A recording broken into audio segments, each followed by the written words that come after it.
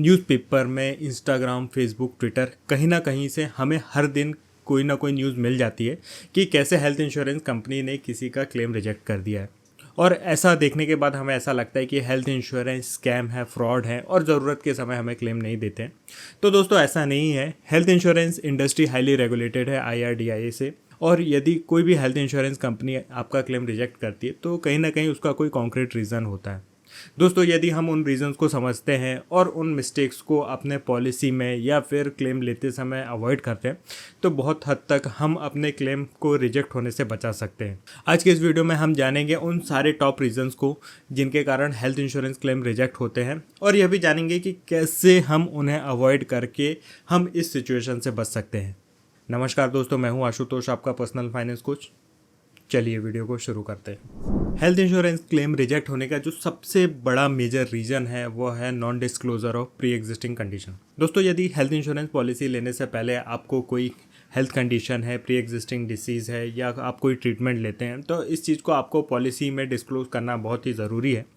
इन medical conditions के ऊपर ही हमारी पॉलिसी की अंडरराइटिंग डिपेंड करती है। इन मेडिकल कंडीशंस को एनालाइज करके ही हेल्थ इंश्योरेंस कंपनी या तो हमें पॉलिसी दे देती हैं या फिर हमारी पॉलिसी में कोई लोडिंग लगाती हैं, हमसे एक्स्ट्रा प्रीमियम चार्ज करती हैं।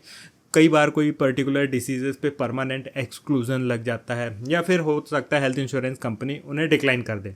ऐसे में यदि हम उन मेडिकल कंडीशंस को डिस्क्लोज नहीं कर रहे हैं तो बहुत ज़्यादा चांसेस हैं कि जब हम क्लेम लेंगे तो हमारे जो क्लेम हैं वो रिजेक्ट हो सकते हैं।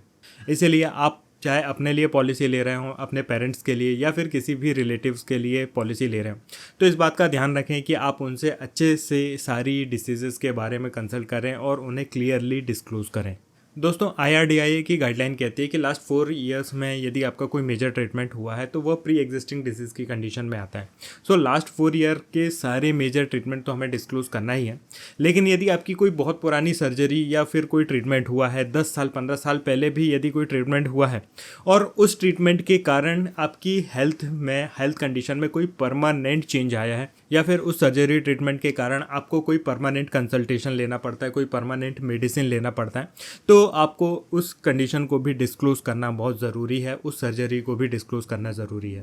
अपनी लाइफस्टाइल हैबिट्स को ठीक से डिस्क्लोज नहीं करना भी एक हेल्थ इंश्योरेंस क्लेम रिजेक्शन का एक बहुत बड़ा रीज़न हो सकता है। दोस्तों बहुत सारे लोग हैं जो ड्रिंक करते हैं, स्मोक करते हैं, एक्सेसिव गुटखा चबाते हैं। इन चीज़ों को क्लियरली अपनी पॉलिसी में मेंशन करना होता है। ये जो हैबिट्स होती हैं हेल्थ इंश्योरेंस कंपनीज़ की नज़र में हमें हाई रिस्क कस्टमर बना देती हैं। ऐसे में इन चीज़ों को डिस्क्लोज़ करने के बाद हमारी जो अंडरराइटिंग है उसमें चेंजेस आ जाते हैं। यदि हम इन्हें डिस्क्लोज़ नहीं कर रहे हैं अपनी हैबिट्स को, और उन हैबिट्स के कारण यदि फ्यूचर में कोई हॉस्पिटलाइजेशन होता है तो ऐसे में हेल्थ इंश्योरेंस कंपनी इन क्लेम को रिजेक्ट कर सकती है। इसीलिए आपको जो भी हैबिट्स हैं उन्हें क्लियरली डिस्क्लोज़ करें। इसी तरह प्रोफेशन से रिलेटेड भी डिस्क्लोज़र क्लियरली करना चाहिए, क्योंकि बहुत सारी health insurance company adventure sports को एज ए प्रोफेशन करने पर आपको पॉलिसी देने से डिक्लाइन कर देती हैं। तो यदि आप एडवेंचर स्पोर्ट्स करते हैं या फिर कोई हैजार्डियस एक्टिविटी करते हैं तो उस चीज़ को अपनी पॉलिसी में क्लियरली मेंशन करें। यदि आप ऐसा नहीं करते हैं तो फ्यूचर में हो सकता है आपके क्लेम्स रिजेक्ट हो जाएं। जब हम कैशलेस ट्रीटमेंट कराते हैं तो फिर हमें हॉस्पिटलाइजेशन से पहले ही एक अप्रूवल लेना होता है हेल्थ इंश्योरेंस कंपनी से। बट जब हम रीइंबर्समेंट कराते हैं, मतलब कि पहले हम खुद बिल पे करते हैं और बाद में क्लेम के लिए अप्लाई करते हैं, तो दोस्तों रीइंबर्समेंट के केस में भी हमें हॉस्पिटलाइजेशन के 24 आवर्स के अंदर हेल्थ इंश्योरेंस कंपनी को इंटीमेट करना होता है। यदि हम ऐसा नहीं करते हैं या फिर डिस्चार्ज होने के बाद भी हम क्लेम के लिए अप्लाई नहीं करते हैं और बहुत लेट 2-4 महीनों के बाद यदि हम क्लेम के लिए अप्लाई करते हैं तो हो सकता है कि हेल्थ इंश्योरेंस कंपनी इस क्लेम को रिजेक्ट कर दे, या फिर हो सकता है health insurance company late apply करने का कारण पूछ सकती है। और ऐसे में यदि हम कोई सेटिस्फैक्ट्री आंसर नहीं दे पाते तो भी हमारा क्लेम रिजेक्ट हो सकता है। तो दोस्तों इस कंडीशन से बचने के लिए आप कोशिश करें कि यदि कोई हॉस्पिटलाइजेशन हो रहा है रिम्बर्समेंट के लिए भी, तो आप 24 आवर्स के अंदर उन्हें इंटीमेट करें और डिस्चार्ज होते ही रिम्बर्समेंट के लिए अप्लाई कर दें।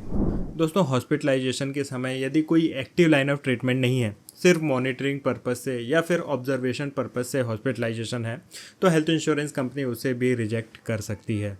इसी तरह यदि कोई इमरजेंसी हॉस्पिटलाइजेशन है, किसी एक्सीडेंट के कारण हॉस्पिटलाइजेशन है, ऐसे में यदि हॉस्पिटल से आपको सिर्फ ड्रेसिंग करके, प्लास्टर करके या फिर कुछ डायग्नोस्टिक टेस्ट करके आपको डिस्चार्ज कर दिया जाता है तो वह भी नॉन पेएबल हो जाता है।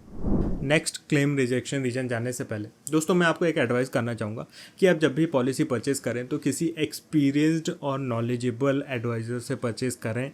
ऑनलाइन पॉलिसी लेने में आपको हो सकता है भले 4-5% का डिस्काउंट मिल जाए, बट दोस्तों हेल्थ इंश्योरेंस की पॉलिसी आपको सिर्फ 1 साल के लिए परचेस नहीं करना होता है, यह एक बहुत लॉन्ग टर्म कमिटमेंट है। ऐसे में अच्छा होगा कि आप किसी ऐसे एडवाइज़र से परचेस करें जो आपको अनबायस्ड एडवाइस दे सकें, आपको क्लेम के समय सपोर्ट कर सकें, आपके क्लेम सेटलमेंट में अपने एक्सपीरियंस से, अपने कॉन्टैक्ट से आपकी हेल्प कर सकें। दोस्तों यदि आप मेरे साथ अपनी पॉलिसी परचेस करना चाहते हैं तो नीचे दिए नंबर में व्हाट्सअप कर सकते हैं।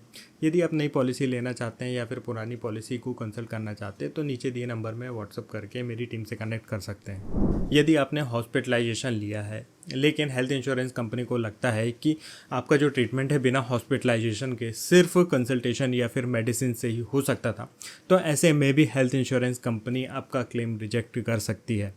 ज़्यादातर हेल्थ इंश्योरेंस में रीजनेबल एंड कस्टमरी क्लॉज होता है। इसका मतलब यह है कि जब आप नॉन नेटवर्क हॉस्पिटल में ट्रीटमेंट के लिए जाते हैं और बाद में जब रिम्बर्समेंट के लिए अप्लाई करते हैं तो हेल्थ इंश्योरेंस कंपनी आपको रीजनेबल चार्जेस पे करती है। तो जब भी आप ट्रीटमेंट करा रहे हैं नॉन नेटवर्क हॉस्पिटल में तो उसके चार्जेस को देखें और आसपास के जो सिमिलर हॉस्पिटल्स हैं उनके चार्जेस भी देखें। यदि ऐसा आपको लगता है कि आपका जो हॉस्पिटल है आपको ओवर चार्ज कर रहा है तो ऐसे में हेल्थ इंश्योरेंस कंपनी आपके हॉस्पिटल बिल में एक अच्छा खासा डिडक्शन कर सकती है। या तो आप ट्राई करें कि नेटवर्क हॉस्पिटल में जाएं, यदि नेटवर्क हॉस्पिटल में नहीं जा सकते हैं तो रिम्बर्समेंट के लिए भी ऐसे हॉस्पिटल में जाएं जिनके जो चार्जेस हैं रीजनेबल हैं, ओवर चार्ज नहीं करते हो।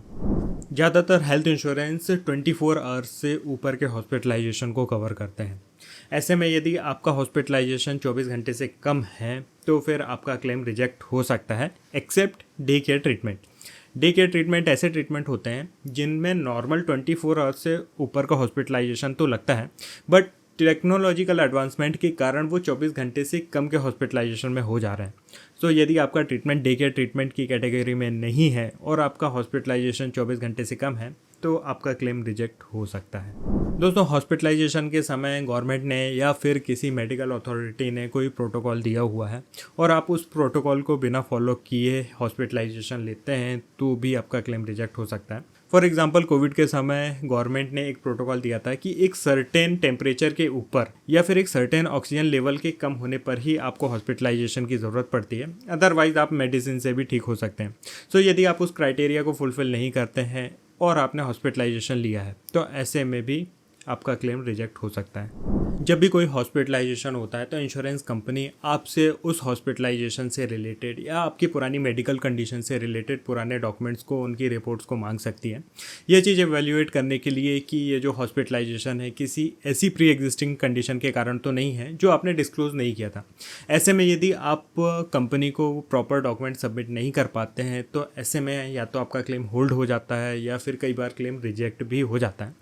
That's why I would advise you कि आपके जितने भी पुराने मेडिकल डॉक्स हैं, रिपोर्ट्स हैं, डायग्नोस्टिक टेस्ट्स हैं, उन्हें हमेशा संभाल के रखें। हो सकता है कभी फ्यूचर में उनकी ज़रूरत पड़ जाए।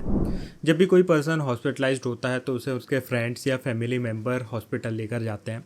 ऐसे में जो ट्रीटिंग डॉक्टर होते हैं उन्हीं फैमिली मेम्बर से, रिलेटिव से हॉस्पिटलाइज्ड पर्सन की मेडिकल कंडीशन के बारे में जानकारी लेते हैं। ऐसे में जो पर्सन उन्हें हॉस्पिटल लेकर गए हैं किसी इररिलेवेंट, इनकन्सिस्टेंट मेडिकल कंडीशन के बारे में बता देते हैं, इनकरेक्ट इन्फॉर्मेशन दे देते हैं या फिर किसी ऐसी डिसीज़ या मेडिकल कंडीशन को मेंशन कर देते हैं जो उस पर्सन को है ही नहीं या पॉलिसी में मेंशन नहीं है, तो यह भी एक हेल्थ इंश्योरेंस क्लेम रिजेक्शन का एक इम्पॉर्टेंट कारण हो सकता है। तो दोस्तों जब भी आप किसी पर्सन को हॉस्पिटल लेकर जाएं या आपको कोई हॉस्पिटल लेकर जाए तो मेक श्योर कि कोई भी डॉक्टर को कोई गलत इन्फॉर्मेशन ना दे, क्लियरली, करेक्टली अपनी मेडिकल कंडीशंस को डिस्क्लोज करना चाहिए। दोस्तों हेल्थ इंश्योरेंस में हमारे क्लेम्स का इवैल्यूएशन कम्प्लीटली डॉक्टर की रिपोर्ट्स होती है, उनके बेसिस पे होता है। ऐसे में यदि कभी कोई डॉक्टर गलती से किसी ऐसी डिसीज़ के बारे में या ऐसी कंडीशन के बारे में मेंशन कर देते हैं जो आपको नहीं है या फिर जो आपने मेंशन नहीं किया था, और यदि उस डिसीज़ को इंश्योरेंस कंपनी किसी क्रोनिक कंडीशन से रिलेट कर लेती है, तो ऐसे केसेस में भी हेल्थ इंश्योरेंस रिजेक्ट हो जाते हैं। कई बार देखा गया है कि ये जो डॉक्टर्स होते हैं ट्रीटमेंट के समय मेडिसिन के लिए या फिर मेडिकल कंडीशंस के लिए एब्रीविएशंस या फिर शॉर्ट फॉर्म वर्ड्स का यूज़ कर लेते हैं। दोस्तों ऐसा बहुत बार हुआ है कि हेल्थ इंश्योरेंस कंपनीज ने उन एब्रीविएशंस को, शॉर्ट फॉर्म वर्ड्स को किसी दूसरी अलग क्रॉनिक कंडीशन से रिलेट करके लोगों के हेल्थ इंश्योरेंस क्लेम रिजेक्ट किए हैं। सो आप कोशिश करें कि आप जब भी डॉक्टर से रिपोर्ट्स लें, मेडिकल डिस्चार्ज समरी लें, तो आप खुद भी उसे पढ़ें और देखें यदि कहीं डॉक्टर ने किसी शॉर्ट फॉर्म वर्ड को मेंशन किया है तो आप उसे करेक्ट करवाएं। यदि किसी इनकंसिस्टेंट इन्फॉर्मेशन को मेंशन किया है जो आपको नहीं है, तो भी आप उसे सबमिट करने से पहले ही ठीक करा लें। बहुत सारे ट्रीटमेंट आपकी पॉलिसी में जनरल एक्सक्लूजन का पार्ट होते हैं, जैसे कि cosmetic surgery, maternity, bariatric surgery, OPD treatment, dental treatment. कई बार हमारी खुद की मेडिकल कंडीशन के कारण कोई परमानेंट एक्सक्लूजन हमारी पॉलिसी में होता है, तो ऐसे में उन एक्सक्लूडेड डिसीजेस के लिए यदि हम कोई हॉस्पिटलाइजेशन ले रहे हैं तो हमारा जो क्लेम है वह रिजेक्ट हो जाता है। हर इंश्योरेंस कंपनी की एक ब्लैक लिस्टेड हॉस्पिटल्स की एक लिस्ट होती है। यदि हम उन ब्लैक लिस्टेड हॉस्पिटल में ट्रीटमेंट कराने जाते हैं तो हेल्थ इंश्योरेंस कंपनी हमारा क्लेम रिजेक्ट कर देती है। सो आप जिस भी सिटी में रहते हैं, अपना ट्रीटमेंट कराने से पहले उस ब्लैक लिस्ट हॉस्पिटल की लिस्ट को ज़रूर देखें, जो कि आपको आसानी से आपके हेल्थ इंश्योरेंस कंपनी के वेबसाइट में मिल जाती है। दोस्तों यदि हमारी पॉलिसी में कोई वेटिंग पीरियड चल रहा हो और उस वेटिंग पीरियड के अंदर यदि हम ट्रीटमेंट कराने जाते हैं तो भी हमारा क्लेम रिजेक्ट हो जाता है। हर पॉलिसी में 30 डेज़ का इनिशियल वेटिंग पीरियड होता है, मतलब कि पॉलिसी इशू होने के 30 डेज़ तक आप कोई क्लेम नहीं कर सकते हैं। उसके अलावा 2 ईयर्स का स्पेसिफिक वेटिंग पीरियड होता है जो कि स्लो ग्रोइंग डिसीजेस के लिए होता है, जिसकी लिस्ट आपको आपके पॉलिसी वर्डिंग्स में मिल जाएगी। इसके अलावा यदि आपको कोई प्री एग्जिस्टिंग कंडीशन है तो उसके लिए भी 2 to 4 ईयर्स का वेटिंग पीरियड होता है। तो यदि आप इन वेटिंग पीरियड्स के अंडर में उन ट्रीटमेंट को कराने जाते हैं तो आपका क्लेम रिजेक्ट हो जाता है। दोस्तों इन रीज़न्स के अलावा भी यदि आपको कोई रीज़न मालूम है जिसके कारण हेल्थ इंश्योरेंस क्लेम रिजेक्ट हो सकता है तो नीचे कमेंट सेक्शन में ज़रूर डालें। दोस्तों यदि आप मेरे साथ अपने हेल्थ इंश्योरेंस की पॉलिसी परचेस करना चाहते हैं जिसमें आपको एक unbiased advice and life time claim support मिलता है, तो आप नीचे दिए नंबर में व्हाट्सअप करके कनेक्ट कर सकते हैं। वीडियो अच्छा लगा हो तो इसे लाइक ज़रूर करें, अपने दोस्तों के साथ शेयर करें, चैनल को सब्सक्राइब करें। आज के वीडियो में बस इतना ही, मिलता है नेक्स्ट वीडियो में। धन्यवाद।